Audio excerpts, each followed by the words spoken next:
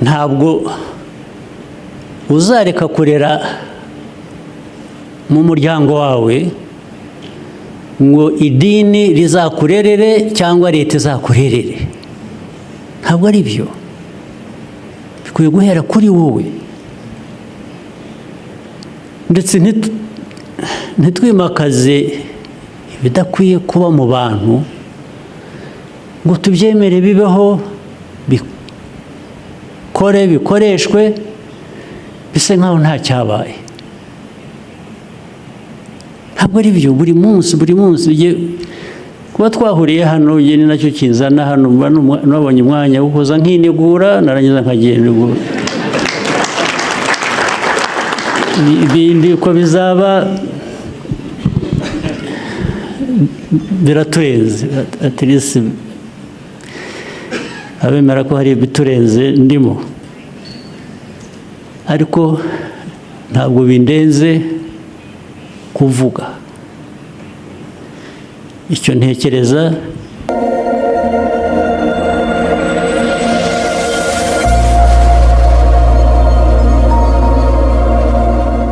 Inzego za leta reka mbe nzishyize uruhande, ariko hari n'ubuzima busanzwe bw'abantu, bw'imibanire, bw'imico, bw'imikorere, bw'ibiki.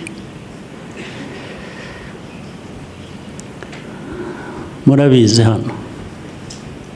Ndetse kenshi nidufata umwanya nk'uyu ujye tuviramo gushaka kugira ngo tubitware hanze hariya.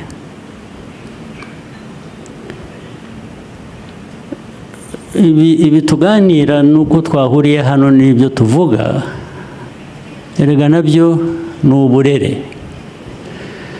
Ubu turi mu burere buduha gutekereza neza no gushingira ibikorwa byiza kuri ibyo dutekereza. Reka njye hanze mu buzima busanzwe.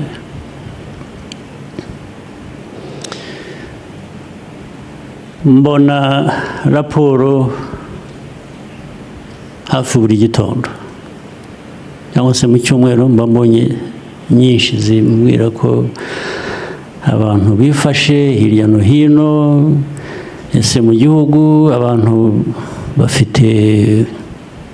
barihaza bakigaburira, bafite ibyo kurya, twarejeje, cyangwa abantu barashonje, cyangwa izindi zikaza zimbwira ziva mu bapolisi zimbwira habaye za agisida 20 n'izi ngizi kuva hariya. Muri bo 50% zabaye kubera ko bari basinze.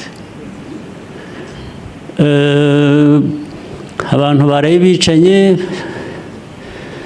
hari abantu bapfuye bazi indwara, undi yazi iki, undi mugore yaratemwe n'umugabo we. Rimwe na rimwe biba the other way around, ariko nibyo bikeya kurusha.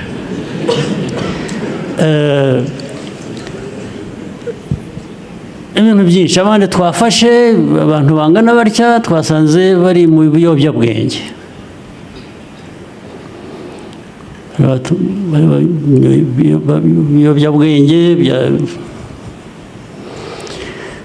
Imiryango yahungabanye,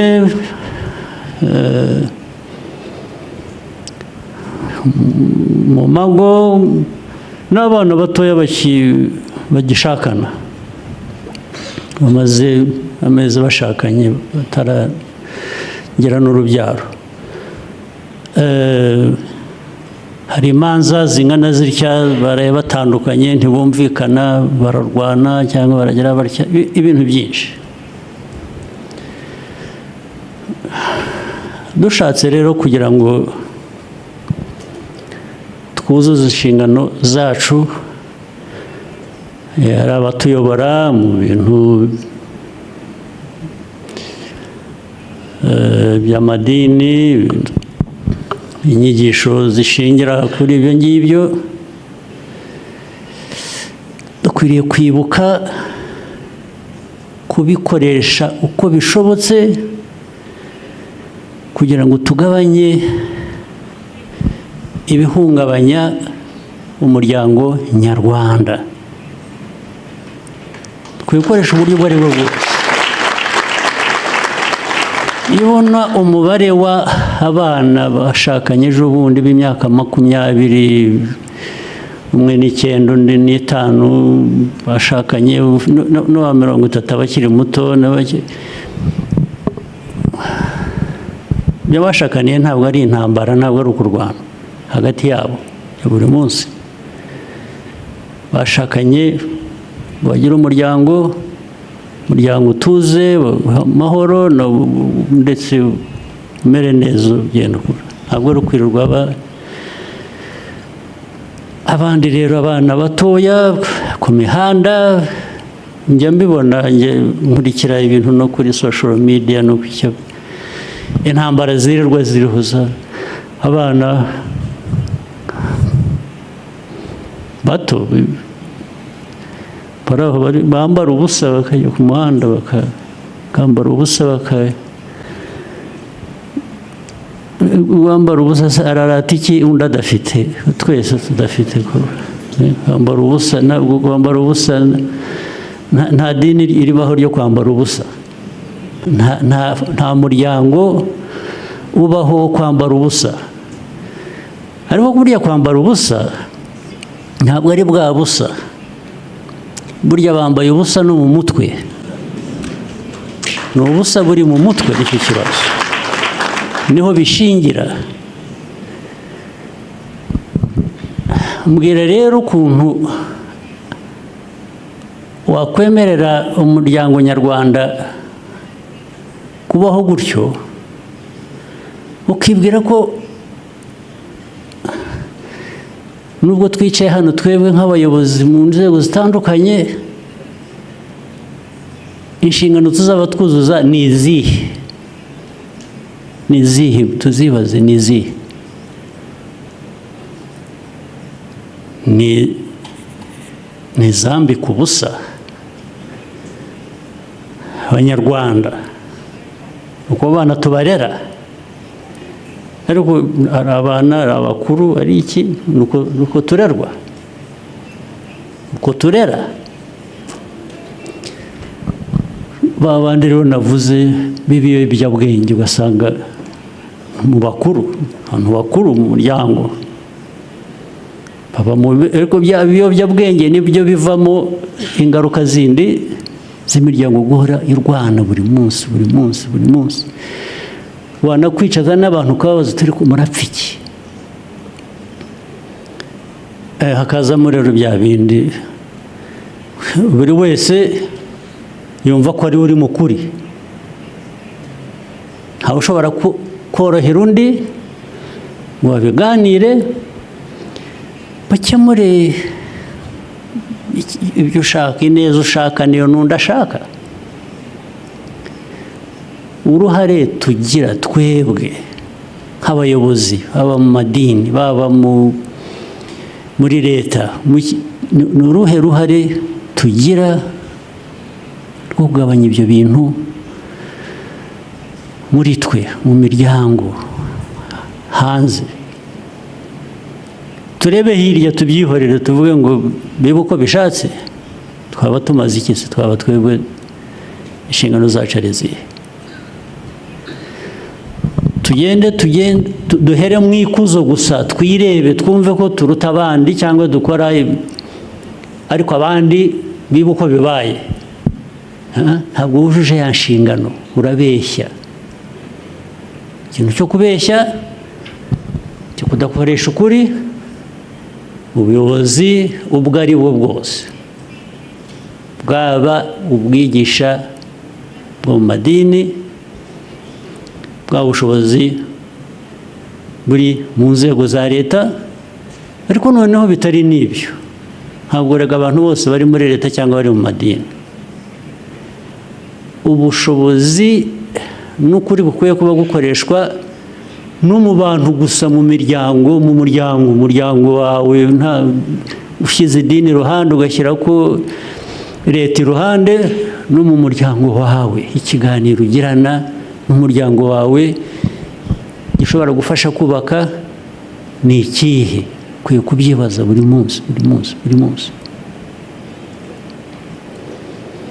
Ntabwo uzareka kurera mu muryango wawe ngo idini rizakurerere cyangwa leta izakurerere.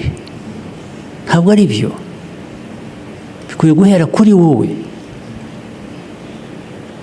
Ndetse ntitwimakaze ibidakwiye kuba mu bantu ngo tubyemere bibeho, bikore, bikoreshwe, bise nkaho nta cyabaye.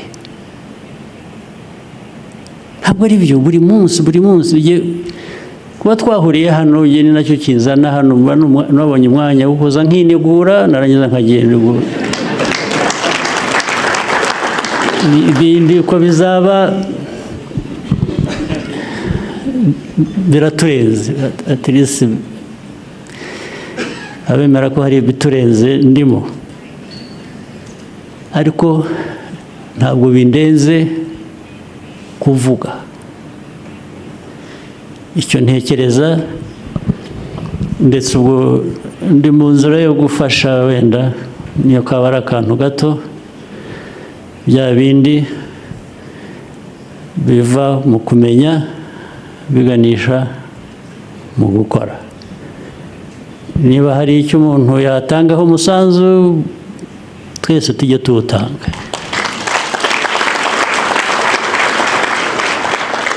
Ariko ndabasabye, ibintu nababwiye mbona ntabwo nabishyize mu ukuri kwabyo kose uko bingana, ni byinshi. Turasenya igihugu cyacu, turasenya igihugu turebera ibidakwiye kuba bikorwa. Isindo, ibiyobyabwenge, indwano z'urudaca zitarangira buri munsi buri munsi. Abantu baba bari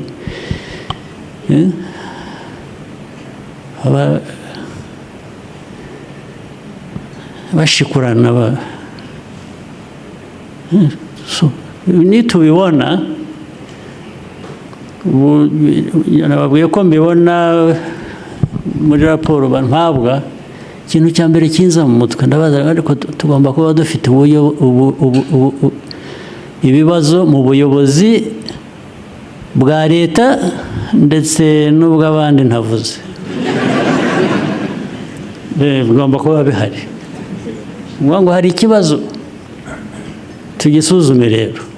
Ntitukajye hanze gusa ngo tunyure hejuru y'ibintu, tuvuge neza, ndetse tube ibitangaza. Igitangaza ni byiza, ariko kuba igitangaza ubigirwa n'abo wafashije nabo kuba baba igitangaza. Niba ntabo wafashije, ntukwiriye kumera neza ngo ube bihagije. Ukwiye kumera neza ubishingira ku bandi watumye bamera neza. Reka ndangiriza aho. Murakoze, muhorane imigisha y'Imana.